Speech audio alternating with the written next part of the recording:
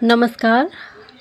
हम RBSC syllabus कक्षा 11 की हिंदी साहित्य प्रथम अपरा बुक पढ़ रहे हैं और आज हम पढ़ रहे हैं इसका पद्य भाग और पाठ है चंद्र वरदाई। कवि परिचय। हिंदी साहित्य के आदिकाल में जो वीर गाथा काव्य लिखा गया उसमें सबसे अधिक प्रसिद्धि पृथ्वीराज रासो को प्राप्त हुई। इसके रचयिता चंद्र वरदाई का जन्म सन 1168 ईस्वी में लाहौर में हुआ था। ये महाकवि भाट जाति के जगता गोत्र के थे। ये दिल्ली के अंतिम हिंदू सम्राट पृथ्वीराज चौहान के सखा और सभा कवि थे। कहते हैं कि चंद्र वरदाई और पृथ्वीराज के जन्म तथा मृत्यु की तिथि भी एक ही थी। प्रसिद्धि है कि जब मोहम्मद गौरी सम्राट पृथ्वीराज को बंदी बनाकर गजनी ले गया तो वहां पहुंचकर चंद ने उनकी अद्भुत बाण विद्या की प्रशंसा की। संकेत पाकर पृथ्वीराज ने शब्दवेदी बाण से गौरी को मार दिया और अपनी स्वातंत्र्य की रक्षा करने के लिए एक दूसरे को कटार मारकर दोनों ने मृत्यु का वरण किया। चंद्रवरदाई कलम के ही धनी नहीं थे। रणभूमि में पृथ्वीराज के साथ ही अन्य सामंतों की तरह तलवार भी चलाते थे। वे स्वयं वीर रस की साकार प्रतिमा थे। उनका पृथ्वीराज रासो हिंदी का आदि काव्य है। इसमें सम्राट पृथ्वीराज के पराक्रम और वीरता का सजीव वर्णन है। इसमें 69 समय सर्ग या अध्याय हैं। कहा जाता है कि चंद इसे अधूरा ही छोड़कर गजनी चले गए थे, जिसे उनके पुत्र जल्लन ने बाद में पूरा किया। काव्य परिचय। पृथ्वीराज रासो जिस रूप में मिलता वह प्रामाणिक नहीं है, क्योंकि उसमें वर्णित पात्र, स्थान, नाम, तिथि और घटनाओं में से अधिकतर की प्रामाणिकता संदिग्ध है। परंतु इतना अवश्य है कि मूल रूप में यह ग्रंथ इतना विशाल नहीं था। इसमें पृथ्वीराज के अनेक युद्धों, आखेटों और विवाहों का वर्णन है। कवि ने अपने चरित नायक को सभी श्रेष्ठ गुणों से युक्त चित्रित किया है। पृथ्वीराज के व्यक्तित्व में अद्भुत सौंदर्य, शक्ति और शील का सन्निवेश है। पृथ्वीराज रासो वीर रस प्रधान काव्य है। इसमें ओज गुण की दीप्ति आदि से अंत तक विद्यमान है। रौद्र, भयानक, बीभत्स आदि रसों का वर्णन युद्ध के प्रसंग में और श्रृंगार का वर्णन विविध विवाहों के प्रसंग में मिलता है। शशिव्रता, इंछिनी, संयोगिता, पद्मावती आदि के रूप सौंदर्य का मोहक वर्णन चंद ने किया है। चंद की भाषा में संस्कृत, प्राकृत, अपभ्रंश, अरबी, फारसी आदि की शब्दावली का सशक्त प्रयोग हुआ है। परंपरा से चले आते हुए संस्कृत तथा प्राकृत छंदों का प्रयोग रासों में हुआ ही है। युद्ध वर्णन के लिए सबसे अधिक उपयुक्त छप्य छंद की छटा देखते ही बनती है। श्रेष्ठ जीवन पद्धति, पराक्रम एवं वीरता का जो आदर्श भारतीय जनता ने अपने चित्त में प्रतिष्ठित कर रखा है, पृथ्वीराज उसके प्रतिनिधि रूप में चित्रित हुए हैं। इसलिए पराजित होने पर भी वे जनमानस के अजेय योद्धा के रूप में विराजमान हैं। चंद ने उनके रूप में भारतीय वीर भावना का चरमोत्कर्ष दिखाया है। अतएव अप्रामाणिक माना जाने वाला पृथ्वीराज रासो हमारा उत्कृष्ट महाकाव्य है। इससे प्रेरणा लेकर डिंगल में अनेक रासो काव्यों की रचना की गई है।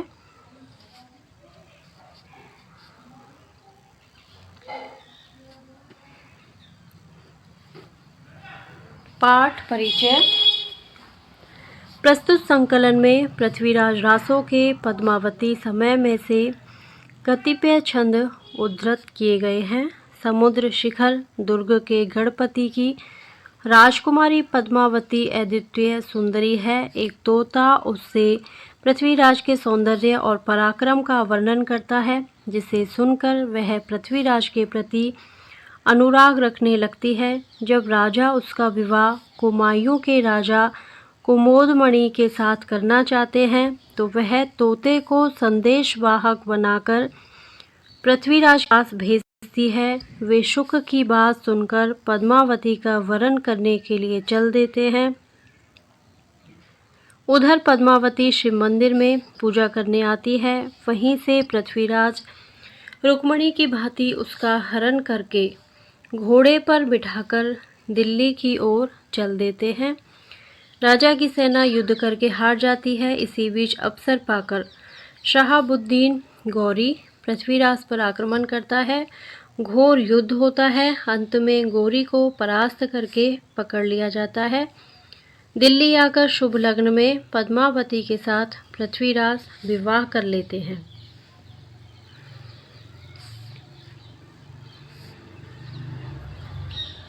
पद्मावती समय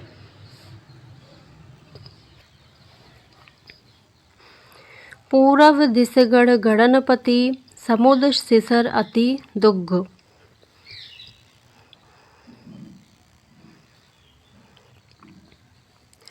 तहसु विजय सुर राजपति जादू कुलह अभंग। धुनि निशान बहुसाद नाद सुरपंच बजत दीन। 10,000 है चढ़त हेमनग जटित साज तिन। गज असंश गजपतिय मुहुर सेना तिय संशय। एक नायक कर धरी पिनाक धरभर रज रश्य। 10 पुत्र पुत्रिय एक सम। रथ सुरंग अमर डमर। भंडार लक्ष्य अगणित पदम। सो पदम सेन कुंवर सुधर। इसके शब्दार्थ देखते हैं। पूरब दिशि यानी कि पूर्व दिशा में। गणपति गणपति यानी कि गणों का स्वामी, श्रेष्ठ दुर्गों का स्वामी। समुद्र शिखर यानी कि समुद्र शिखर, ये दुर्ग का नाम है।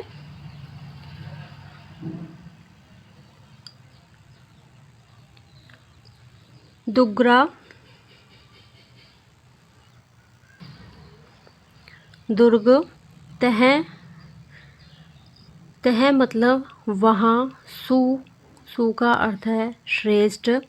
सुर राजपति यानी कि सुरों के राजा इंद्र, देवताओं के राजा इंद्र। कुल है यादव वंश का या जादू कुल है मतलब यादव वंश का या यदु कुल का।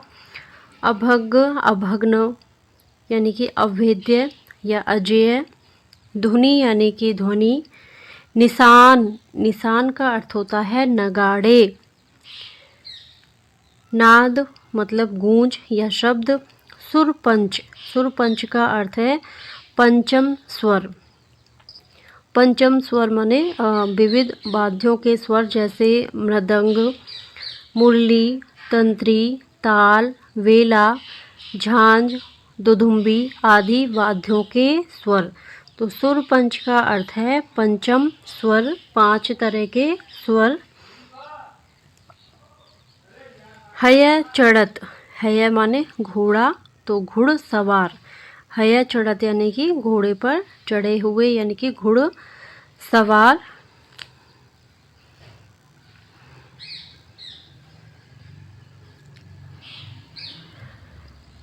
हेम नग, हेम मतलब स्वर्ण, नग माने रत्न। जटित यानी कि जड़े हुए। साज घोड़ों की सज्जा। तिन का अर्थ है उसकी।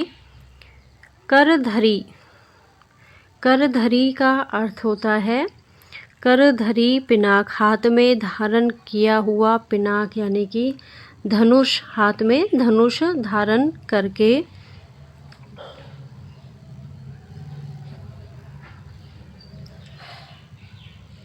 पुत्र यानी कि पुत्रीय। सम यानी कि समान, समान गुणों से युक्त पुत्र या पुत्री। सुरंग, सुरंग का अर्थ है सुंदर। अमर, अमर का यहाँ पे है आकाश। और डमर यानी कि फहराती थी। लक्ष्य, लक्ष्य का अर्थ है लक्ष्मी। अगणित यानी कि असंख्य। पदम यानी कि संख्या। पदम संख्या विशेष जो 10 से नील से आगे की संख्या होती है। सुधर माने सुंदर। तो इसका अर्थ देखते हैं। तो इस पद्यांश में जो कवि चंद्रवरदाई हैं, तो चंद्रवरदाई के ये पृथ्वीराज रासो से ये पद्मावती समय लिया गया है। तो यहाँ पद्मावती के पिता राजा विजयपाल के समुद्र शिखर नामक दुर्ग, सेनाओं, वैभव और सुंदर पत्नी का वर्णन किया गया है। तो यहाँ पे कवि कहते हैं कि पूर्व दिशा में दुर्गों में, पूर्व दिशि गढ़ गणपति यानी कि पूर्व दिशा में दुर्गों में श्रेष्ठ समुद्र शिखर अति दुर्ग, समुद्र शिखर नामक अति दुर्गम और विशाल दुर्ग है। तो कभी यह कहते हैं कि पूर्व दिशा में दुर्गों में श्रेष्ठ समुद्र शिखर नामक एक विशाल दुर्ग है। तहसु विजय सुर राजपति जादू कुलय अभंग, वहाँ इंद्र के समान जादू कुलय मतलब यदुवंश श्रेष्ठ राजा विजयपाल राज्य करते हैं। विजय यानी विजयपाल, सुर राजपति यानी इंद्र राजा की तरह राज्य करते हैं। और वो कौन से कुल के हैं? यदु कुल के। धुनि निशान बहुसाद नाद सुरपंच बजत दीन। निषाद, निशान यानी कि नगाड़े, तो उसके नगाड़ों की भयंकर ध्वनि गूंजती रहती है। और उसके राज्य में नित्य पंचम स्वर करती हुई रणभेरियाँ या नगाड़े बजते रहते हैं। 10,000 है अचड़त हेमनग जटित साज तिन, उसके 10,000 घुड़सवार थे। है अचड़त यानी कि घुड़सवार कितने? 10,000। और वो घोड़े कैसे हैं? जिनके स्वर्ण और रत्नों से जड़े हुए वस्त्र शोभा पाते हैं। गज असंश गजपतिय मुहुर सेना तीय संशय है। गज यानी कि हाथी, असंश यानी कि असंख्य हाथी और हाथियों पर सवार सैनिक। गजपति यानी कि हाथियों पर सवार सैनिक जो आगे चलते हैं। मुहुर सेना तीय संशय, और जो आगे चलते हैं संख्या में 3 शंख थे। एक नायक कर धरी पिनाक धरवर रज रश्य है। राजा स्वयं सेना का नेतृत्व करता है और उसके हाथ में पिनाक यानी धनुष। किसका धनुष? शिवजी के धनुष को पिनाक कहा जाता है। तो शिवजी के पिनाक के समान धनुष उस राजा के हाथ में रहता है। ऐसा वह राजा पृथ्वी भर के राजाओं की रक्षा करने में स्वयं राजपूती आन रखता है। 10 पुत्र पुत्रिय एक समरथ सुरंग अमर डमर, उसके 10 पुत्र और एक पुत्री है। वे सब रूप गुण में एक समान थे। भंडार लक्ष्य अगणित पदम सो पदम सेन कुंवर सुधर, उसके सुंदर रथ की पताकाएं आकाश में फहराती हैं और उसके खजाने में रथ सुरंग अमर डमर, अमर माने आकाश। तो उसके जो रथ की जो पताका है वो आकाश में फहराती है। भंडार लक्ष्य अगणित पद्म, उसके खजाने में अनगिनत पद्म धन भरा पड़ा है। उस राजा की पद्मसेन कुंवर सुधर, राजा की पद्मसेन कंवर नाम की एक सुंदर रानी थी। तो यहाँ पे कवि चंद्रवरदाई ने राजा विजयपाल और उसके दुर्ग, सेना और खजाने का वर्णन किया है।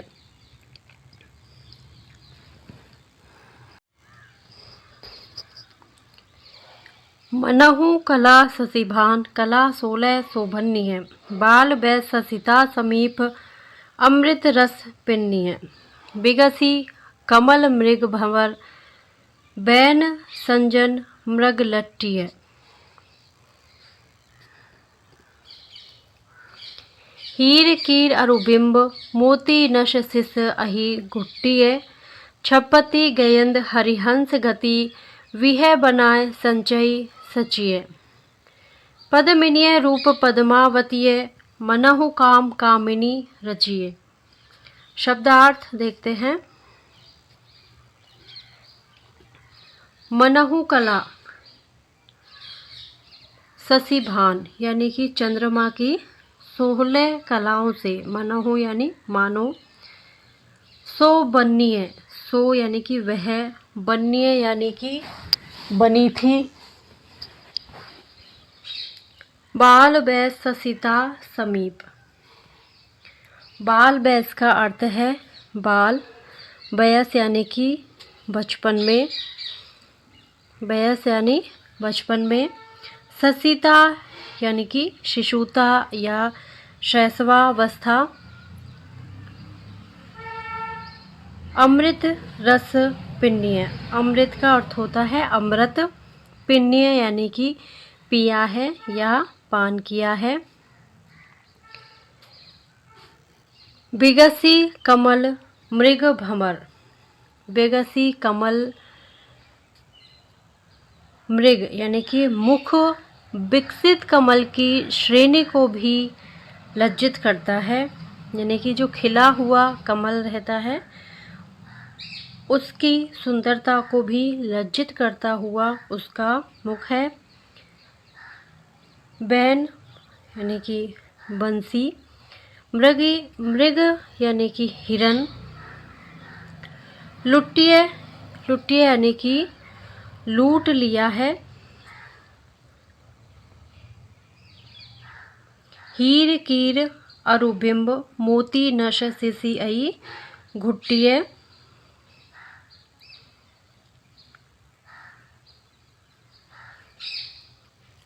छपति गयंद हरिहंस गति, विह बनाए सचय संचिय, श्रीहीन, श्रीहीन कर दिया है यानी कि लुट्टी यानी कि लूट लिया है, छिन्न भिन्न कर दिया है। छपति का अर्थ है छिपाती है, छपति का अर्थ यहाँ पे है छिपाती है। हरि, हरि का अर्थ है सिंह। बिह बनाए, बिह बनाए का अर्थ है विधि ने बनाकर। संचय सचय यानी कि सांचे में ढालकर। पद्मिनीय रूप पद्मावती है, पद्मावती के रूप को। मनहु यानी कि मानो। काम कामिनी यानी कि कामदेव की पत्नी रति। रचिए यानी रचना की है। अर्थ देखते हैं तो यहाँ पे चंद्रवरदाई ने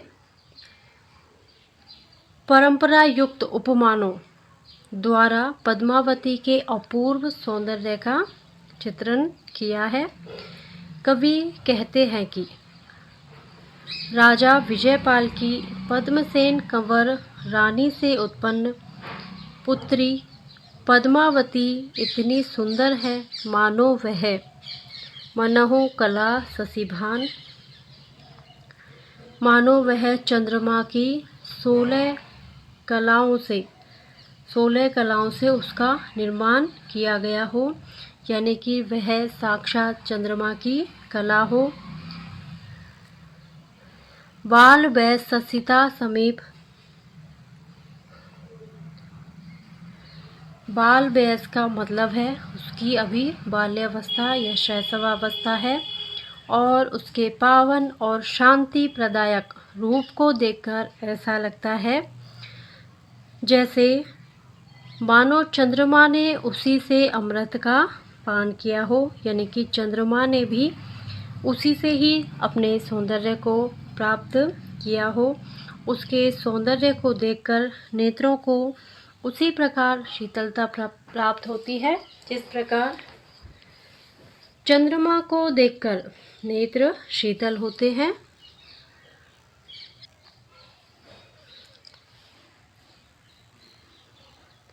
बिगसी कमल मृग भमर, बैन संजन मृग लुटिय।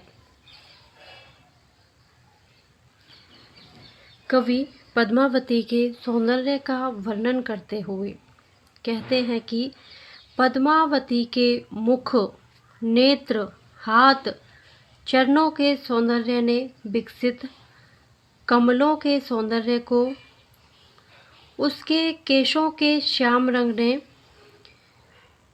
भ्रमर के श्यामल सौंदर्य को, बैन संजन यानी कि नेत्रों की विशालता और भोलेपन ने मृगों के नेत्रों के इन्हीं गुणों को छीन लिया हो, लुटिया यानी कि लूट लिया हो। तात्पर्य यह है कि पद्मावती के शरीर के अंग प्रत्यंग इतने अधिक सुंदर हैं कि उनके सामने उनके लिए प्रयुक्त होने वाले सारे उपमान फीके जान पड़ते हैं। कवि कहते हैं कि हीर कीर अरुबिंब मोती नश सिसी अही घुट्टिय।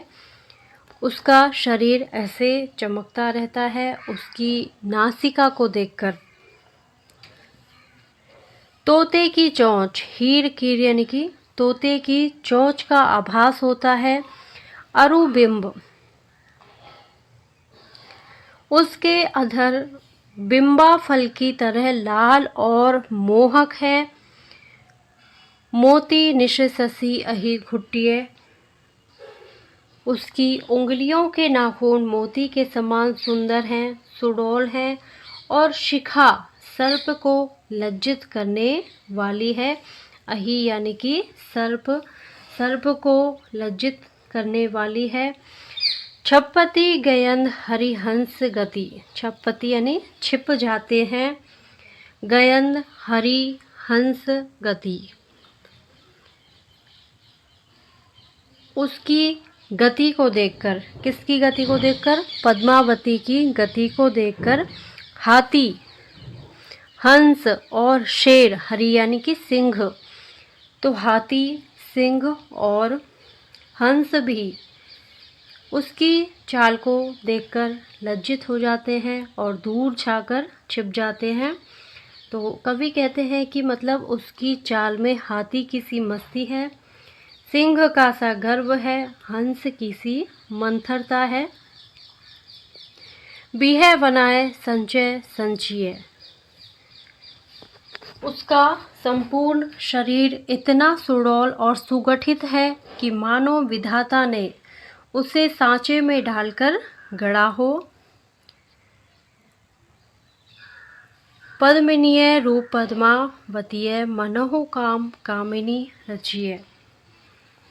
ऐसा प्रतीत होता है जैसे ब्रह्मा ने इंद्र की पत्नी सची का सौंदर्य लेकर उसे बनाया हो, अथवा विधाता ने उसके रूप में कामदेव की पत्नी रति का ही दूसरा रूप खड़ा कर दिया हो।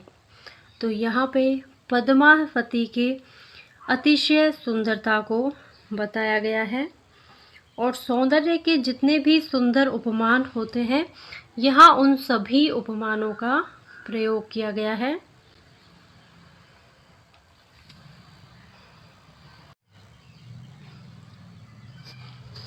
सामुद्रिक लक्षण सकल 64 कला सुजान, जानी चतुर्दश अंग शठ रति वसंत परमान।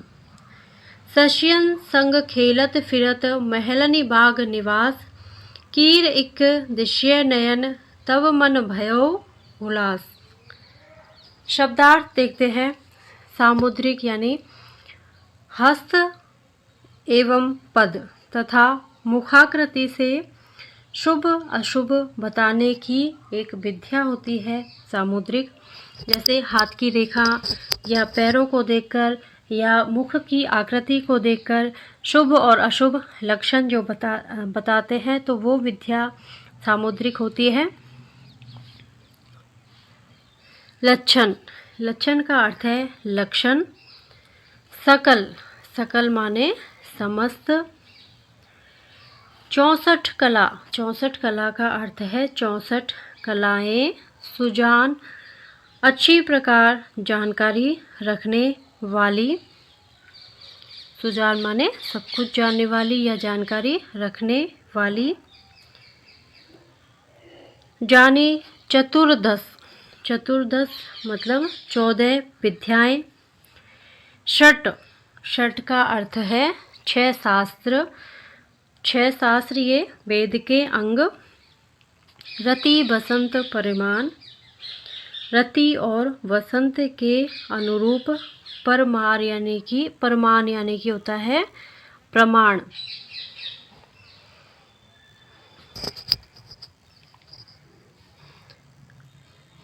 शशियन संग, शशियन संग का अर्थ है सखियों के साथ में।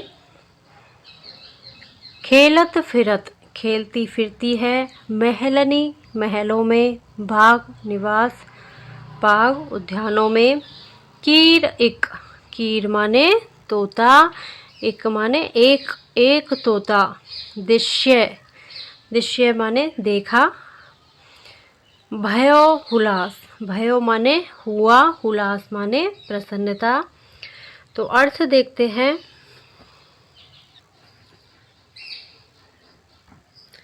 सामुद्रिक लक्षण सकल 64 कला सुजान, जानी चतुर्दश अंग शठ रति वसंत परिमाण। इसमें कवि ने सामुद्रिक शास्त्र की दृष्टि से पद्मावती के शरीर अंगों के सौंदर्य का, महत्व का वर्णन किया है। कवि कहते हैं कि पद्मावती के शरीर के सभी अंगों में सामुद्रिक लक्षण यानी कि सभी शुभ लक्षण विद्यमान है। वह 64 कलाओं में निपुण है। वह 14 विद्याओं, चतुर्दश यानी कि 14 विद्याओं में।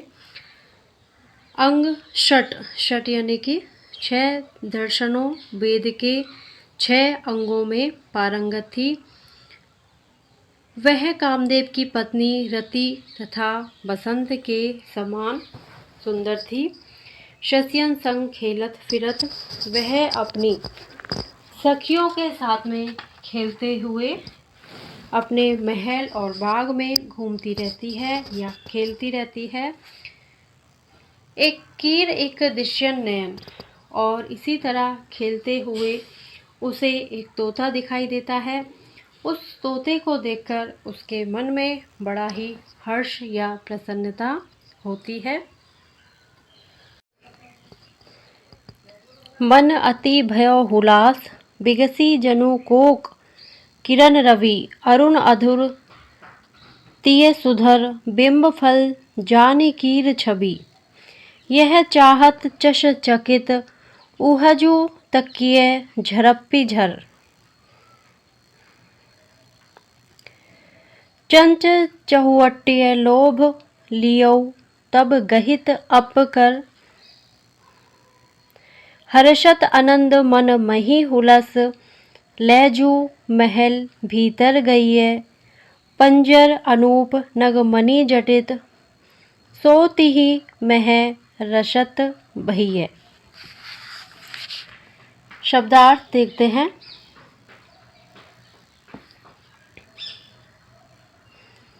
मन अति भयो हुलास, हुलास माने प्रसन्नता या आनंद। बिगसी विगसी का अर्थ है खिला हुआ या प्रसन्न होकर। जनु कोक, जनु माने जानो या मानो। कोक का अर्थ है चकवा। किरण रवि, रवि की किरणें यानी कि सूर्य की किरणें। अरुण अधुर, अधर तीय सुधर, अरुण अधर तीय सुधर। अरुण यानी कि लाल रंग के। तीय, तीय का अर्थ है नारी। सुधर यानी कि सुंदर। बिंब फल, बिंबा फल ऐसा फल जो लाल रंग का होता है, बिंबा फल। जानी माने जान करके। कीर छवि, कीर का अर्थ है तोता। यह चाहत चश चकित, चकित यानी आश्चर्य, चकित होना या आश्चर्य युक्त होना। उहजू, उहजू माने वह भी जैसे, उहजू माने वह भी जैसे। तकिए, तकिए माने ताकना या देखना। झरप्पी, झरप्पी यानी झपट कर।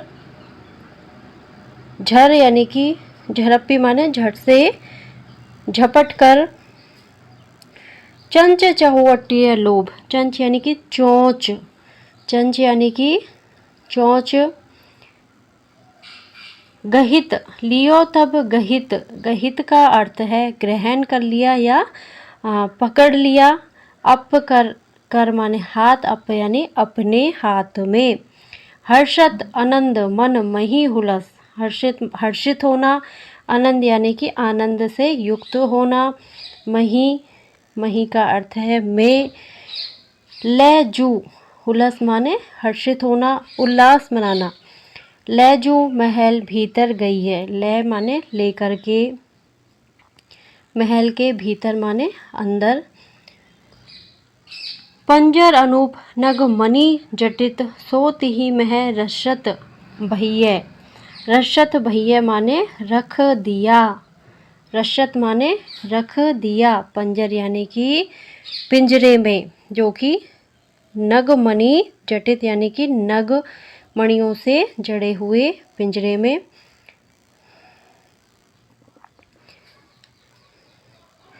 यहाँ पे कवि चंद्रवरदाई पद्मावती के सौंदर्य व गुणों का वर्णन करते हुए कहते हैं कि वह पद्मावती वाटिका में विचरण करती हुई और तोते को देखती है और तोते के पकड़े जाने पर उसे अपने महल में ले जाती है। इसी का वर्णन इन कवियों में, इन काव्य में किया गया है। कवि कहते हैं कि तोते को देखकर पद्मावती के मन में बड़ा ही आनंद हो रहा है। उसे मन अति भय हुलास यानी कि मन में उसके बड़ी प्रसन्नता हो रही है।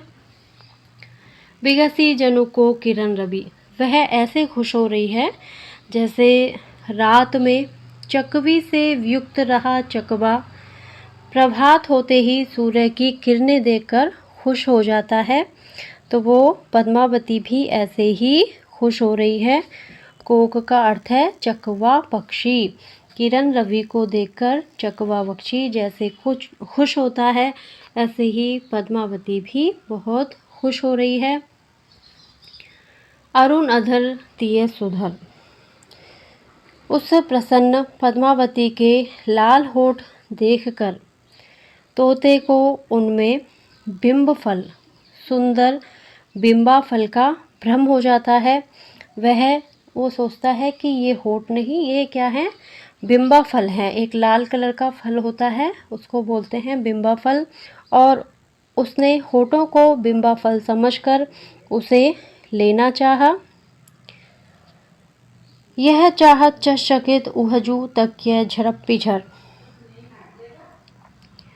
पद्मावती तोते को वहां आया देखकर चकित हो गई और उधर तोता भी होठों को बिंबा फल समझकर उन पर झपटा।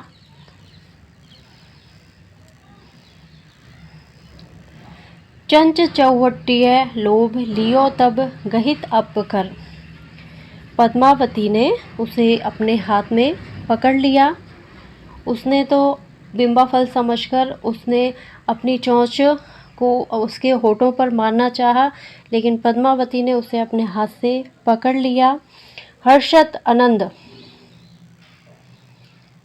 मन मही हुलस और अपने मन ही मन में वह उसे पकड़ के बहुत ही प्रसन्न हुई। लहजू महल भीतर गई और उसे पकड़कर वह अपने महल में ले गई।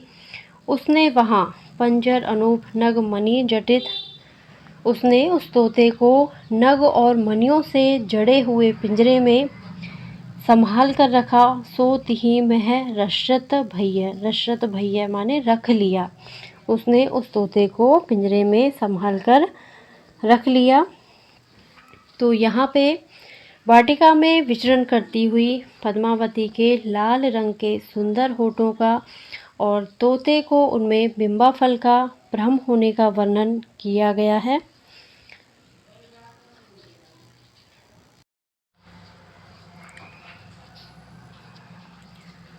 सवा लक्ष्प उत्तर सयल कुमाऊ गड्ढ दुरंग।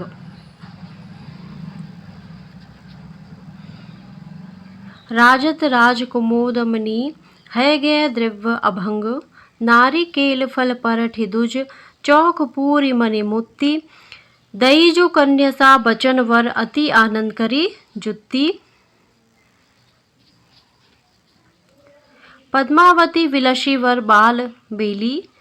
कही कीर सो बात तब हो अकेली। झट जाहु तुम कीर दिल्ली सुदेश वरम चाहुवान जू आनो नरेशम। शब्दार्थ देखते हैं।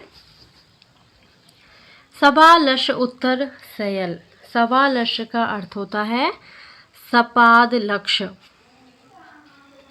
सवा लक्ष का अर्थ है सपाद लक्ष्य। सयल सयल माने शैल या पर्वत। उत्तर में पर्वत। कुमाऊ गड्ढ दुरंग।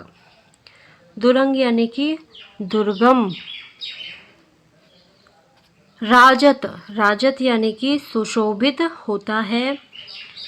हय गय द्रव्य अभंग। हय माने घोड़े, गय माने गज या हाथी और द्रव्य का अर्थ है द्रव्य, अभंग का अर्थ है परिपूर्ण। नारिकेल यानी कि नारियल का फल।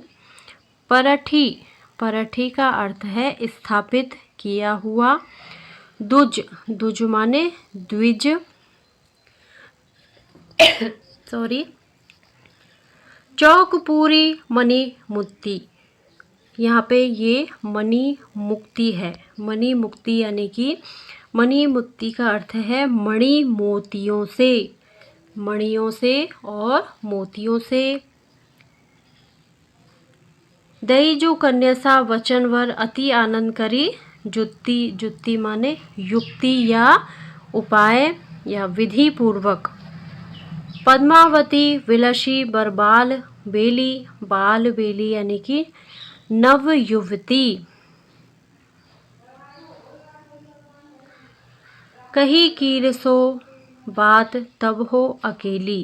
कीर माने तोता। झट जाहू तुम कीर दिल्ली सुदेश। झट माने झटपट से या तुरंत। जाहू माने जाओ। दिल्ली सुदेश। बर चाहुवान जू आनो नरेश। नरेश यानी कि राजा, चाहुवान यानी कि चौहानों के राजा, जू आनो नरेश यानी कि आए, आनो यानी कि आए। अर्थ देखते हैं। तो यहाँ पे चंद्रवरदाई इसमें पद्मावती के लिए योग्य वर खोजे जाने की घोषणा के बाद राजपुरोहित द्वारा पद्मावती के लिए वर खोजे जाने के प्रयत्न के बारे में वर्णन किया है। उसकी कुमोदमणि के साथ सगाई की गई, किंतु पद्मावती के मन में कुछ और ही था, तो उसी का वर्णन यहाँ पे किया गया है। कवि कहते हैं कि सपाद लक्ष्य के उत्तर में दुर्गम कुमायूं गढ़ था। सपा लक्ष्य यानी कि सपाद लक्ष्य के उत्तर में सयल, सैल माने शैल, एक पर्वत था। कुमाऊं गढ़ दुरंग, दुरंग यानी कि दुर्गम, दुर्गम कुमायूं गढ़ था। राजत राज कुमोदनी, उसमें कुमोदमणि राजा सुशोभित होता था। है गए द्रव्य अभंग, और उसके पास घोड़े, हाथी, द्रव्य आदि अपार संपदा थी। नारिकेल फल परठी दुज, ब्राह्मण ने मोती मणियों से चौक पूरी, मणि मोती यानी कि मोती मणियों से चौक पूर कर उस पर नारियल स्थापित किया। दुईजो कन्या सा वचन वर अति आनंद करी जुत्ती, और आनंद पूर्वक विधि विधान से राजा से पद्मावती की सगाई तय कर दी। पद्मावती विलसी पर बाल बेली, विलसी का अर्थ है व्याकुलता पूर्वक, तो नई लता के समान, बर बाल, बाल बेली का मतलब है नव युवती,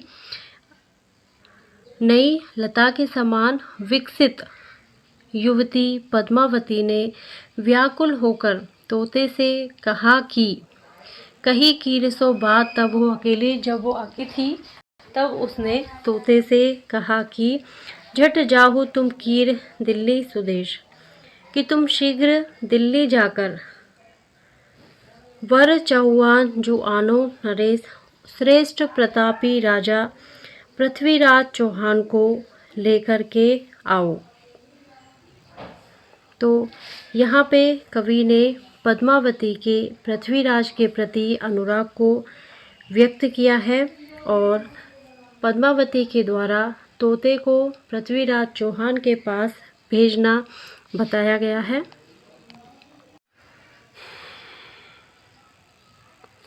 आनो तुम चाहुवान वर अरु कही यह संदेश, सा शरीर ही जो रहे प्रिय पृथ्वीराज नरेश, लय पत्री सुख यो चल्यो उड़्यो गगन गहिबाब, जह दिल्ली पृथ्वीराज नर अठ जाम में जाव, दिय कग्गर नृपराज कर शुली वंचिय पृथ्वीराज, सुख देखत मन में हंसे कियो चलन को साज।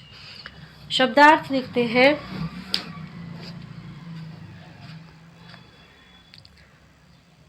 अरु, अरु का अर्थ है और, कही यानी कि कहकर, यह माने यह संदेश, आनो लेकर के आओ, तुम चौहान वर पृथ्वीराज चौहान को लेकर के आओ, अरु और कहना इस संदेश को, सात शरीर जो रहे, शरीर है माने शरीर में, सांस यानी कि श्वास, प्रिय पृथ्वीराज नरेश पृथ्वीराज राजा, लय पत्री सुख यो चलो, पत्री यानी कि वो जो चिट्ठी, उड़्यो गगन गही बाव, गही बाव माने वायु को आधार लेकर, जह दिल्ली पृथ्वीराज, पृथ्वीराज का अर्थ है पृथ्वीराज, अठ जाम में जाव, अठ जाम का अर्थ होता है 8 याम, दिए कग्गर नृपराज कर, कग्गर का अर्थ है कागज, कग्गर का अर्थ यहाँ पे है कागज या पत्र, शुली बंचिय पृथ्वीराज, शुली बंचिय यानी कि शुली बंचिय, शुली माने खोलकर, और बंचिय का अर्थ है बाँचा या पड़ा, सुख देखत मन में हंसे कियो चलन को साज, सुख यानी कि तोते को देखकर मन में हंसे, कियो चलन को साज, और चलने को तैयार हो गए। तो अर्थ देखते हैं। आनो तुम चौहान वर अरु कही यह संदेश, कवि चंद्रवरदाई ने यहाँ पे पद्मावती के द्वारा जब तोते को चिट्ठी लेकर पृथ्वीराज के पास भेजा जाता है तो पद्मावती उससे क्या कहती है वो यहाँ पे कवि के द्वारा बताया गया है। पद्मावती ने कहा कि हे तोते, तुम पृथ्वीराज को यहाँ ले आओ। आनो माने ले आओ, तुम चहुबान वर।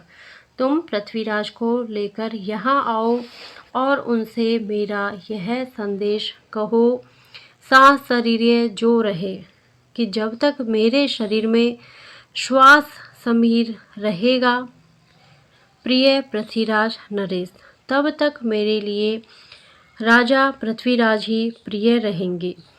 या फिर दूसरे शब्दों में कहें तो मेरे पति पृथ्वीराज ही रहेंगे, यानी जब तक मेरे शरीर में श्वास रहेगी तब तक मेरे पति तो पृथ्वीराज ही रहेंगे। लयपत्री सुख यों चलो। इस प्रकार पद्मावती का पत्र लेकर तोता वहाँ से चला और उड़ो गगन गही बाव। गही बाव माने वायु का सहारा लेकर, तो हवा के सहारे वह आकाश में उड़ने लगा। जहाँ दिल्ली पृथ्वीराज नर और जहाँ पृथ्वीराज राजा विराजमान थे, वहाँ वह आठ जाम में जाव। 8 याम या 8 पहर में वहाँ वह पहुँच गया। दिए कग्गर नपराज कर, कग्गर यानी कि कागज़, और उसने राजा पृथ्वीराज को वह कागज़ या पत्र दिया। शुली वंचिय पृथ्वीराज, शुली माने खोला और वंचिय यानी कि पाँचा यानी कि पढ़ा। तो पृथ्वीराज ने उस कागज़ को खोला और पढ़ा। सुख देखत मन में हंसे, पृथ्वीराज तोते को देखकर मन ही मन में हंसे और कियो चलन को साज, और फिर उसने पद्मावती के पास चलने की तैयारी की। तो यहाँ पे कवि चंद वरदाई के द्वारा पद्मावती ने जो राजा पृथ्वीराज के पास संदेश भेजा, तोते के माध्यम से उसे पहुँचाया, उसी का वर्णन यहाँ पे किया गया है। कर पकड़ी पीठ है परी चढ़ाए, ले चलियो नृपति दिल्ली सुराय। भई शबरी नगर बाहिर सुनाए, पद्मावती हरि दिए जाए। कम्मान बान छुट्टई अपार, लागत लोहे इम सारी धार। घमासान घान सब बीर शेत, घन श्रोण बहत अरु रकत रेत। पद्मावती इम लह चलो हर्षि राज पृथ्वीराज, एते परी पति साह की बहीजु आनी आवाज। शब्दार्थ देखते हैं। कर पकड़ी यानी कि हाथ, कर माने हाथ पकड़ के, पीठ हय माने होता है घोड़ा, परी चढ़ाए, चढ़ाए यानी कि चढ़ा करके, सुराय दिल्ली सुराय, सुराय का अर्थ है श्रेष्ठ राजा, सुराय का अर्थ है श्रेष्ठ राजा। शबरी यहाँ पे इसका अर्थ है खबर, शबरी यानी कि खबर। हरि लिए जाए, हरि लिए जाए यानी कि हर के ले जा रहा है या अपहरण करके ले जा रहा है। कम्मान, कम्मान है कमान, तीर कमान यानी कि धनुष। लागत यानी कि लगते हैं।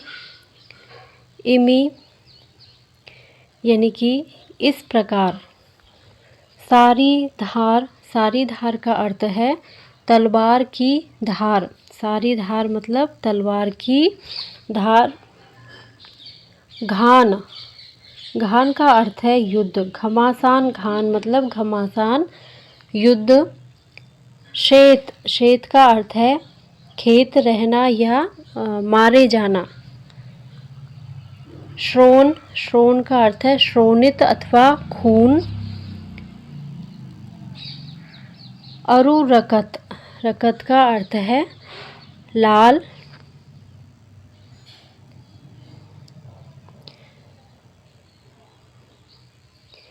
एते परी पातशाह, एते का अर्थ है इतने में। पति शाह, पति शाह का अर्थ है बादशाह। आनी यानी आने की, आवाज़ यानी कि आवाज़ या खबर। तो इसका भावार्थ देखते हैं और इसकी व्याख्या करते हैं। कर पकड़ी पीठ है परी चढ़ाए, ले चले और नृपति दिल्ली सुराय।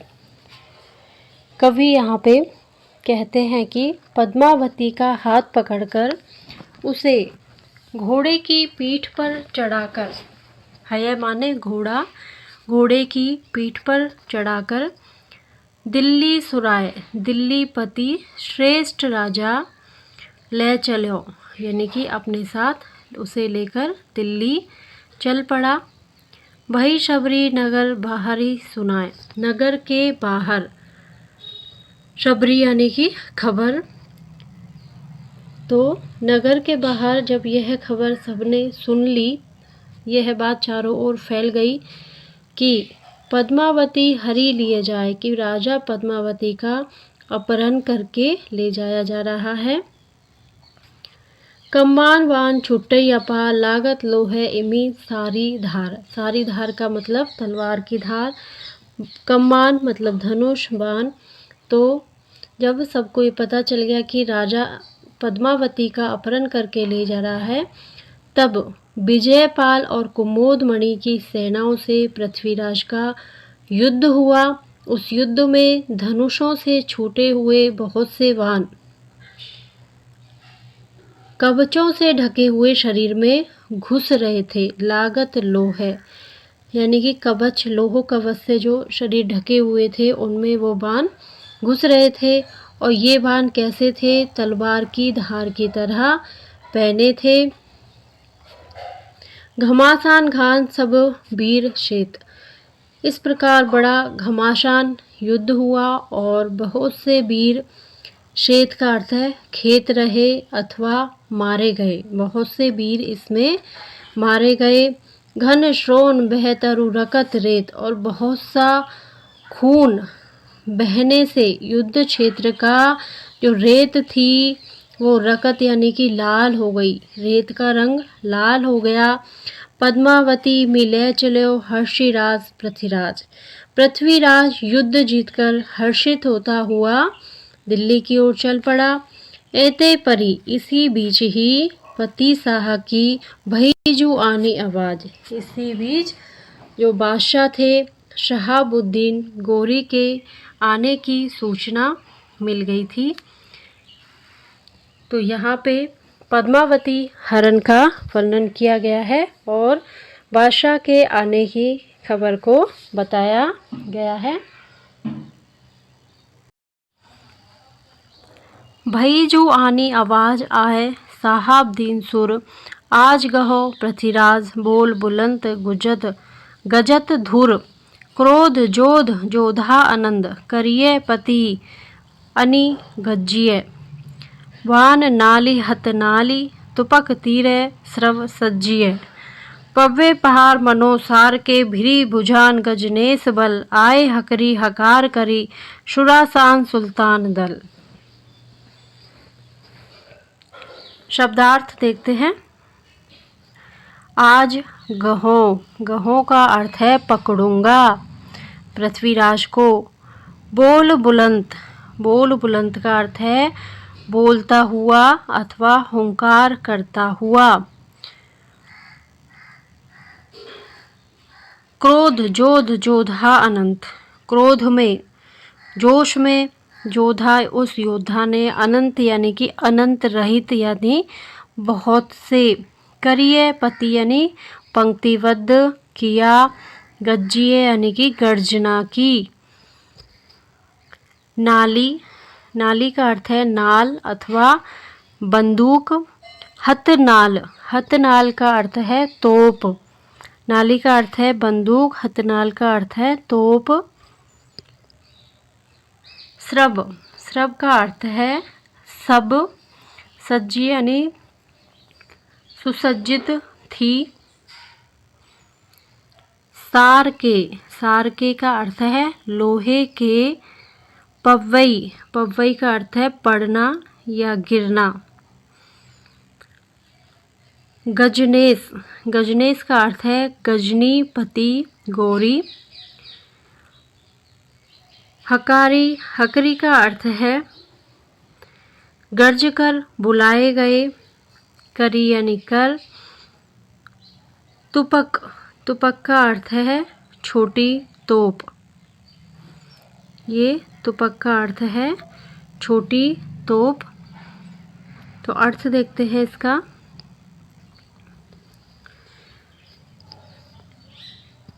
जब पृथ्वीराज युद्ध जीतकर पद्मावती को लेकर दिल्ली की ओर चल पड़ा, तब गजनी के बादशाह गौरी ने उस पर आक्रमण कर दिया। गौरी ने किस प्रकार पृथ्वीराज पर आक्रमण किया, इसी संबंध में ये छंद दिए गए हैं। भईजू आनी आवाज आहा आए साहब दीन सुर। सेना सहित शूर शहाबुद्दीन के आने पर बड़ी आवाज़ और बड़ा शोर हुआ। आज गहो पृथ्वीराज बोल बुलंद गजत धुर। वह गर्ज कर कहने लगा कि मैं आज पृथ्वीराज को पकड़ूंगा। क्रोध जोध जोधा अनंत करिए पति आनी गज्जिए। उसके साथ असंख्य क्रोधपूर्ण योद्धा थे। अनंत यानी कि बहुत सारे, क्रोधपूर्ण, योद्धा यानी योद्धा थे। करिए पति, पति यानी पंक्तिबद्ध। उसकी पंक्तिबद्ध सेना क्या कर रही थी? गर्जना कर रही थी। बान नाली हत नाली तुपक तीरिय स्रव सज्जिय। वह सेना धनुष, बाण, तोप, नाल, नाल यानी बंदूक, तीर आदि हथियारों से सुसज्जित थी। पव्वे पहाड़ मनुसार के भिरी भुजान गजनेश बल। उसके सुसज्जित सैनिकों का समूह ऐसा लगता था मानो लोहे का पहाड़ टूटकर गिर रहा हो। गजनीपति गौरी के वे सैनिक, गजनेश यानी गजनीपति, गौरी के सैनिक, बल यानी सैनिक, अपनी भुजाओं के बल पर युद्ध में जूझ रहे थे। आए हकरी हकार करी सुरासान सुल्तान दल। और उस खुरासान सुल्तान का वह दल हुंकार करता हुआ आगे बढ़ रहा था। तो कवि ने यहाँ गजनीपति की विशाल सुसज्जित सेना के बारे में वर्णन किया है।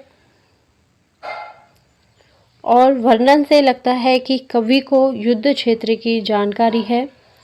आदिकाल के कवि स्वयं भी तलवार लेकर युद्ध करते थे, इस कारण उनका युद्ध संबंधी वर्णन यथार्थ प्रतीत हो रहा है।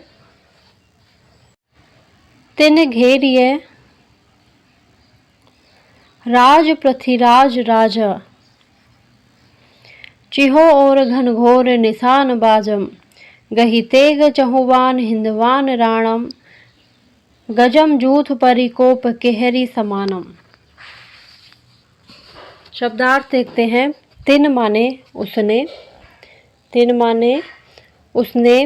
घेरिए का अर्थ होता है घेर लेना या घेर लिया। चिहो और यानी चारों ओर से, घनघोर भयानक, बहुत अधिक, निशान यानी नगाड़े बज रहे थे। गही, गही का अर्थ है पकड़ी अथवा ग्रहण करना या पकड़ना। गंज जूथ यानी कि हाथियों का समूह। गजम जूथम यानी कि हाथियों का समूह। केहरी, केहरी का अर्थ है सिंह या शेर। हिंदवान रानम, हिंदवान रानम का अर्थ है हिंदुओं का राजा। इसका अर्थ देखते हैं। तो यहाँ पे शहाबुद्दीन गौरी की सेना द्वारा पृथ्वीराज चौहान को घेर लिए जाने और फिर पृथ्वीराज द्वारा किए गए शत्रु सेना के संहार के बारे में कवि ने वर्णन किया है। कवि कहते हैं कि तिन घेरिए राज पृथ्वीराज राजम, चियो और घनघोर निशान बाजम। गौरी की सेना ने पृथ्वीराज को घेर लिया। चारों ओर सेना में नगाड़ों को बजाए जाने का नाद हो रहा था। गही तेग चौवान हिंदवान राणम गजम जूथ परिकोप केहरी समानम। तब हिंदुओं के राजा, हिंदवान राणम यानी हिंदुओं के राजा पृथ्वीराज चौहान ने तलवार उठाई। गही माने ग्रहण की या पकड़ी, तलवार को उसने पकड़ लिया, तलवार उठा ली। वह शत्रु सेना पर उसी प्रकार प्रहार करने लगा जिस प्रकार शेर, केहरी माने शेर, शेर के समान यानी कि शेर हाथियों के समूह पर, गज जूथम यानी हाथियों के समूह पर, कोप यानी क्रोध से टूट पड़ता है, आघात पहुंचाता है, उसी प्रकार हिंदुओं के राजा पृथ्वीराज सुल्तान की सेना पर टूट पड़े।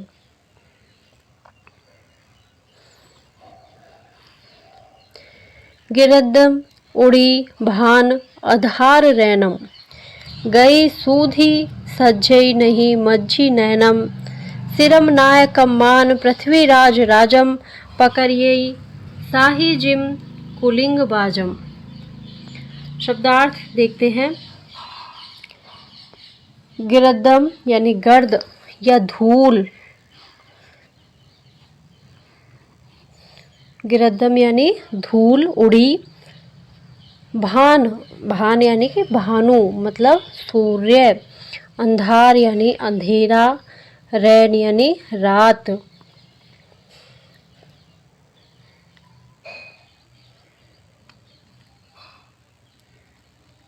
नाय, नाय यानी कि रखकर, नाय का अर्थ है यहाँ पे रखकर। कमान यानी कि धनुष।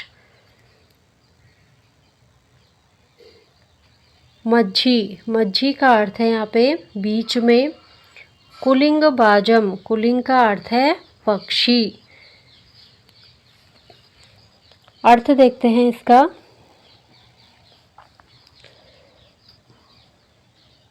तो जब पृथ्वीराज पर शहाबुद्दीन गौरी ने भारी सेना लेकर आक्रमण कर दिया था, पृथ्वीराज अपने हाथ में तलवार लेकर शत्रु सेना पर टूट पड़े थे। इसी क्रम में यहाँ पे उस युद्ध का वर्णन कवि ने किया है कि युद्ध में सेना की हलचल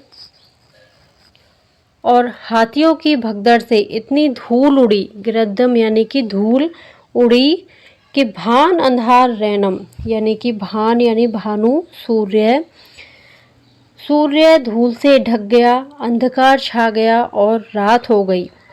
गई सूदी सुझई नहीं मज्जी नैन, उस अंधेरे में सूधी यानी कि सुध नहीं रही, दिशाओं के पहचानने की किसी को सुध नहीं रही, दिशाओं को पहचानना असंभव हो गया।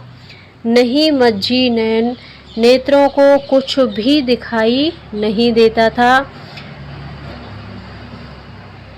सिर नाय कम्मान पृथ्वीराज राज, राजा पृथ्वीराज ने शहाबुद्दीन गौरी की गर्दन में अपना धनुष डालकर उसे इस प्रकार पकड़ लिया जिस तरह बाज किसी पक्षी को पकड़ लेते हैं।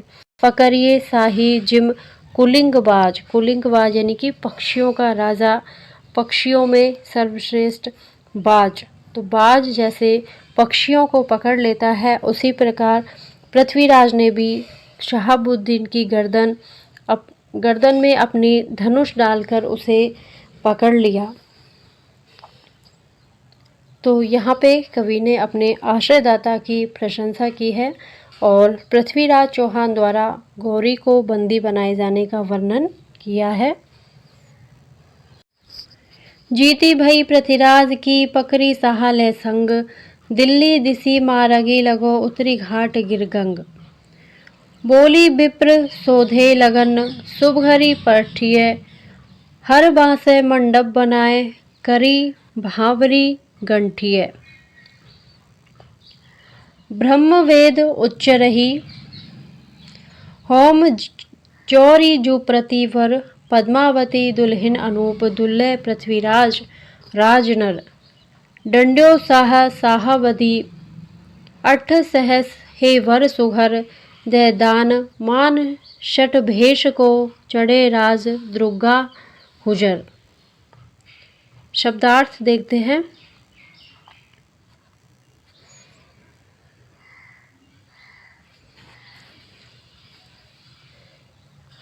दिल्ली दिसी मार्ग लगो, लगो ने की चल पड़ा। गिर गिर गंग यानी कि पर्वत से निकली हुई गंगा। गिर यानी पर्वत और गंग यानी गंगा, तो पर्वत से निकली हुई गंगा। लगन, लगन का अर्थ है लगन। परठिय, परठिय यानी कि पूछी या तय की गई। शुभ घड़ी, शुभ घड़ी का अर्थ है शुभ घड़ी। परठिय यानी पूछी गई। विप्र यानी कि ब्राह्मण। हर बांसे, हर बांसे का अर्थ है हरे हरे बांस। करी भावरी, भावरी का अर्थ है भवरे या भवरे गंठिय यानी कि भावर जो फेरे पड़ते हैं वो, यानी कि भावरें पड़ी गठजोड़ किया गया। ब्रह्मवेद उच्चरई होम चौरी जू प्रतिवर। चौरी का अर्थ है वेदी, जो हवन करने की वेदी होती है। जू प्रति, जू प्रति का अर्थ है जहाँ। प्रति यानी कि प्राप्ति। दूल्हे, दुल्हन का मतलब दुल्हन और दूल्हे का मतलब दूल्हा। शाहाबदी, शाहाबदी यानी कि शहाबुद्दीन। अठ, अठ माने आठ। मान, मान सम्मान। दुर्गा यानी कि दुर्गा। हुजर, हुजर का अर्थ है सामने, तो इसका अर्थ देखते हैं।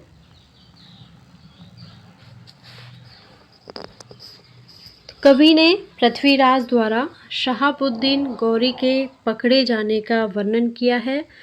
पृथ्वीराज उसे पकड़कर दिल्ली ले गया और वहाँ हुए पृथ्वीराज और पद्मावती के विवाह का वर्णन यहाँ पे किया गया है। कवि कहते हैं कि उस युद्ध में पृथ्वीराज की विजय हुई।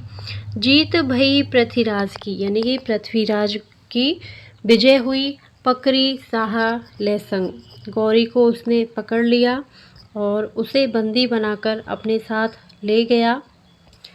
दिल्ली दिसी मार्ग लगो उत्तरी घाट गिर गंग। गंगा नदी को पार कर वह दिल्ली की ओर चल पड़ा। वहाँ पृथ्वीराज ने ब्राह्मणों को बुलाकर विवाह की लगन पूछी। शुभ घड़ी परठिय, परठिय का अर्थ है पूछना, तो ब्राह्मणों को बुलाकर लगन की शुभ घड़ी तय की। हर बासर मंडप बनाए करी भावरी गंठिय। हरे बांसों द्वारा विवाह मंडप बनाया गया तथा भावरे पड़ने लगी और दूल्हा दुल्हन के गठबंधन का कार्यक्रम किया गया। ब्रह्मवेद उच्च रही होम चौरी जू प्रतिवर।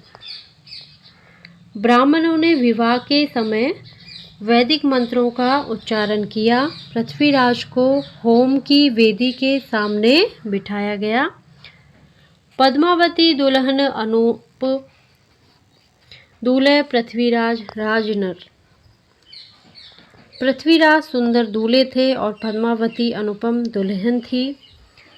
डंड्यो साहवादी अट सहस है बर सुघर। डंड्यो माने दंडित किया गया।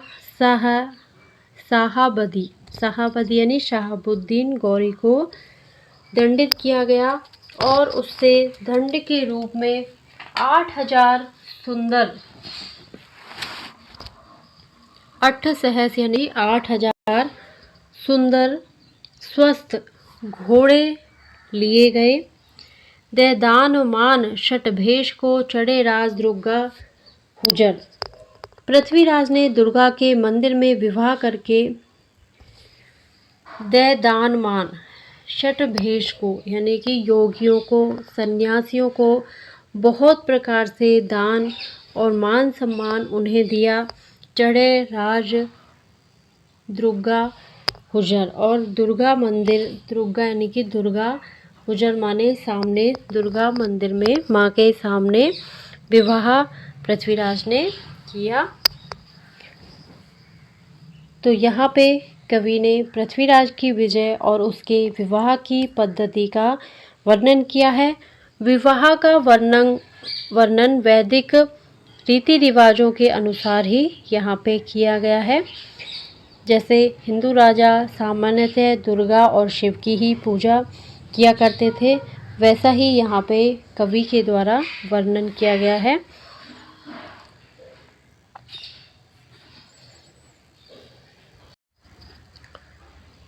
शब्दार्थ। पूरब दिशी। पूरब दिशी का अर्थ है पूर्व दिशा में। गणपति। गणपति का अर्थ है गणों का स्वामी, श्रेष्ठ दुर्ग या गण। समुद्र शिखर। समुद्र शिखर का अर्थ है समुद्र शिखर। ये समुद्र शिखर एक दुर्ग का नाम है। अति। अति का अर्थ है अत्यंत, विशाल। दुग्ग। दुग्ग का अर्थ है दुर्ग। तह। तह का अर्थ है वहाँ। सु। सु का अर्थ है श्रेष्ठ। सुरराजपति यानी इंद्र। जादू कुलय यानी कि यादव वंश का या यदुकुल का। अभग यानी कि अभग्न, अभेद्य या अजेय। नद। नद का अर्थ है शब्द या गूंज। सुरपंच। सुरपंच यानी पंचम स्वर। मृदंग, तंत्री, मुरली, ताल, बेला, झांझ और दुदुम्बी आदि वाद्यों के स्वर सुरपंच यानी पंचम स्वर। हय चंडत यानी हय माने घोड़ा, तो घोड़े पे चढ़ा हुआ घुड़सवार। हेम यानी स्वर्ण। नग का अर्थ है रत्न। जटित। जटित माने जड़े हुए। साज। घोड़ों की सज्जा। घोड़ों की सज्जा जीन और चवर साज का अर्थ है। तिन। तिन माने उसके। असंश। असंश का अर्थ है असंख्य। गजपतिय यानी गजराज। मुहर यानी अग्रभाग या हरावल, जो सेना के आगे होती है। तिन माने उसकी। करधरी पिनाक। पिनाक शिवजी का धनुष। करधरी यानी हाथ में धारण करके। पुत्र पुत्रिय समय यानी कि समान गुणों से युक्त पुत्र या पुत्री। सुरंग सुंदर। उमर। उमर का अर्थ है यहाँ पे आकाश, और ये खाली उमर है, उमर चंदोबा। भंडार का अर्थ है कोश। लक्ष्य यानी लक्ष्मी। अगणित यानी असंख्य। पदम। पदम एक संख्या होती है, जो 10 नील से आगे की संख्या होती है उसको बोलते हैं पदम। सुधर यानी सुंदर। कला 16। चंद्रमा की 16 कलाओं से 100 माने वह। बन्य यानी बनी थी। बैस। बैस होता है बाल या बाल्यावस्था। वयस बचपन। ससीता। ससीता यानी कि शिशुता या शैशवावस्था। ससी का अर्थ है चंद्रमा। ता। ता माने उसके। अमृत। अमृत। पिण्य यानी पिया है या पान किया है। बिंगसी कमल मृग। बिंगसी कमल मृग का अर्थ है मुख विकसित कमल की श्रेणी को लज्जित करता है। बेनु, बेनु का अर्थ है बंसी। मृग, मृग का अर्थ है हिरन। लुट्टिए, लुट्टिए का अर्थ है लूट।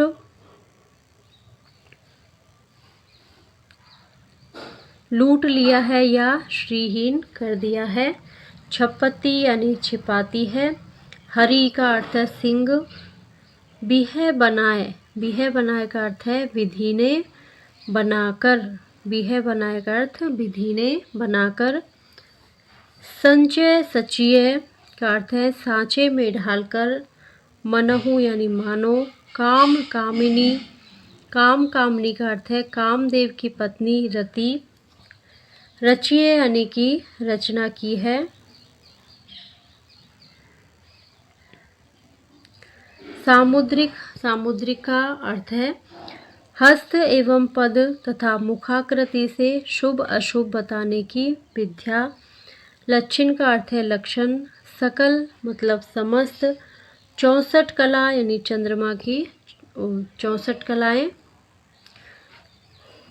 चतुर्दश यानी कि 14 विद्याएं। षट 6 शास्त्र के वेद। रति बसंत यानी परमान। रति बसंत परमान का अर्थ है रति और बसंत के अनुरूप। शस्सिन संग सखियों के साथ में। बग्ग का अर्थ है बाग में या उद्यान में। कीर मतलब तोता। एक मतलब एक। दृश्य देखा। हुलास प्रसन्न होना। ये हुलास उल्लास होना, हर्षित होना या प्रसन्न होना। चष का अर्थ है चक्षु नेत्र। चंच चहोहिक यानी कि चोंच से पकड़ा। अपने रशत भई यानी कि रख दिया। सवा लस यानी कि सपाद लक्ष्य। शयल, शयल का अर्थ है शैल या पर्वत। दुरंग का अर्थ है दुर्गम। द्रव्य यानी कि द्रव्य धन। झटम, झट माने झट से या शीघ्र। पृथ्वीराज, पृथ्वीराज चौहान। पत्री, पत्र या चिट्ठी। गगनी यानी गगन आकाश में। गाईबाब, गाईबाब का अर्थ है वायु का आधार लेकर। कग्गर कागज या पत्र। शुली बांचिए, शुली बांचिए का अर्थ है खोलकर बांचा या पढ़ा। शबरी यानी खबर। हरी लिए यानी कि जाए। अपहरण किया जा रहा है। हरी लिए जाए यानी कि हर के ले जा रहा है या अपहरण किया जा रहा है। कमान यानी कमान या धनुष। रोन का अर्थ है खून। पति सहा बादशाह या शाहबुद्दीन गोरी। आवाज यानी आवाज।